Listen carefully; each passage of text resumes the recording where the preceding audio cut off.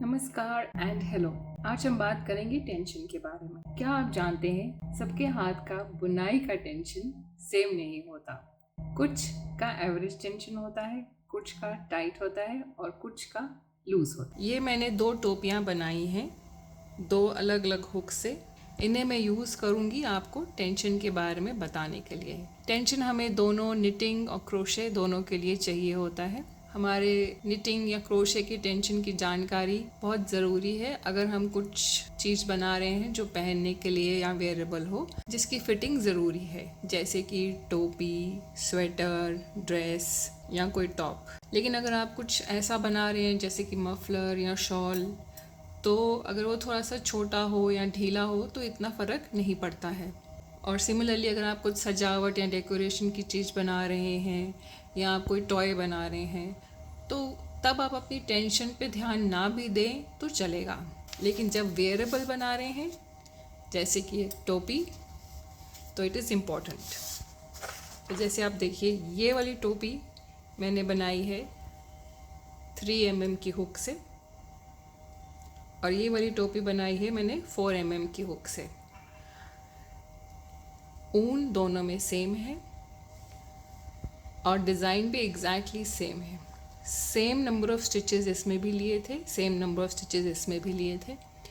उतने ही रोज़ हैं जितने इसमें हैं। सिमिलर डिज़ाइन है फॉर द बॉर्डर ऑल्सो, और कुछ भी वेरिएशन नहीं है, एग्जैक्टली सब कुछ सेम फॉलो किया है। तो इससे आप ये देख सकते हैं कि अगर किसी का हाथ ढीला या टाइट हो तो भी ये वेरिएशन आ सकता है। लेट्स से कि नॉर्मल पैटर्न के अकॉर्डिंगली साइज़ ये एक्सपेक्टेड था, लेकिन अगर आपका हाथ ढीला है तो you will and up with a टोपी ऑफ दिस साइज़। और सिमिलरली अगर आपका हाथ टाइट है तो इस साइज़ की टोपी एक्सपेक्टेड थी, लेकिन आपका हाथ टाइट है तो you and up with the size of this size. तो इस केस में क्या करना है, अगर आपका हाथ ढीला है और आप ऐसी टोपी बना रहे हैं तो आपको ये हुक नहीं, आपको छोटी हुक चाहिए। यानी ये 4 थी तो यहाँ आप 3.5 या 3 ट्राई करें।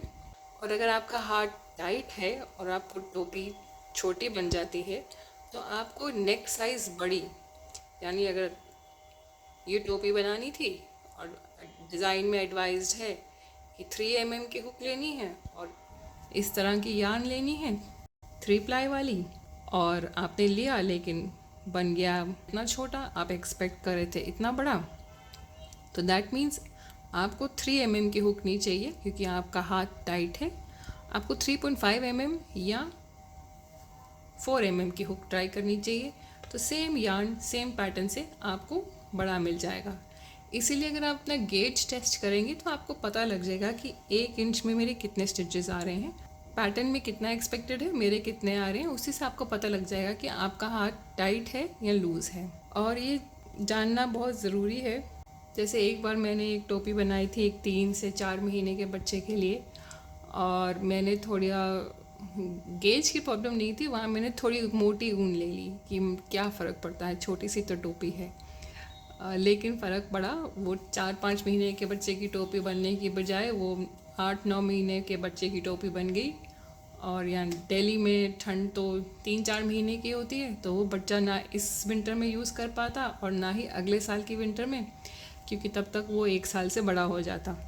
तो वो थोड़ा सा फ्लॉप शो था। ऐसे करके ही हम सीखते हैं। इस कभी कभी चीज़ें चल जाती हैं, लेकिन ये तुक्केबाजी जैसा हो गया। इसलिए बेटर है कि अगर आप एक स्पेसिफ़िक एज के लिए बना रहे हैं और एक स्पेसिफ़िक पैटर्न फॉलो करें तो उसका गेज आप चेक कर लें। अगर आप 2-3 प्रोजेक्ट्स का गेज ट्राई करेंगे तो आपको अपना पता लग जाएगा कि आपका हाथ नॉर्मल रेंज में है और या आपका हाथ टाइट है या लूज़ है। तो अकॉर्डिंगली आप फ्यूचर प्रोजेक्ट्स में आपको समझ में आएगा कि आपको एडजस्टमेंट्स करने की ज़रूरत है या नहीं है। और जैसे मैंने आपको बताया, टेंशन निटिंग और क्रोशे दोनों में इम्पॉर्टेंट है। और ऐसा नहीं है कि अगर एक व्यक्ति का टेंशन निटिंग में लूज़ है तो क्रोशे में भी उसका लूज़ होगा। हो सकता है निटिंग में उसका टाइट है और क्रोशे में उसका लूज़ हो। और हो सकता है निटिंग में उसका लूज़ है लेकिन क्रोशे में उसका नॉर्मल टेंशन है। नॉर्मल का मतलब यह है कि ज़्यादातर एवरेज लोग उस हुक से उतने स्टिचेस से उतना साइज़ बनाएंगे। तो अगर आप देखेंगे बॉल्स के ऊपर वो गेज इन्फॉर्मेशन लिखी होती है कि अगर आप 23 स्टिचेस लेंगे तो आपको 10 सेंटीमीटर्स का विड्थ मिलेगा। तो वो आपको एक एग्जांपल दे रहे होते हैं। जब नॉर्मल एवरेज लोग निट या क्रोशे करेंगे विद दैट नंबर जो उन्होंने बॉल के ऊपर स्पेसिफाई किया, उस नंबर की निटिंग नीडल या क्रोशे हुक से, तो उनको उस साइज़ का मिलेगा। अब आपको बड़ा मिल रहा है, छोटा मिल रहा है, वो आपके हाथ के टेंशन के अकॉर्डिंगली है। एंड इसमें कुछ गलत या सही नहीं है, ये अपना अपना नेचुरल तरीका होता है। जैसे कि निटिंग में मेरा हाथ टाइट है और मेरी मम्मी मुझसे बॉर्डर्स बनवाती थी बचपन में, क्योंकि बॉर्डर्स और कफ स्वेटर्स के थोड़े टाइट होने चाहिए और मेरी मम्मी का हाथ थोड़ा लूज़ है। क्रोशे में मेरा हाथ ज़्यादातर नॉर्मल रेंज में रहता है।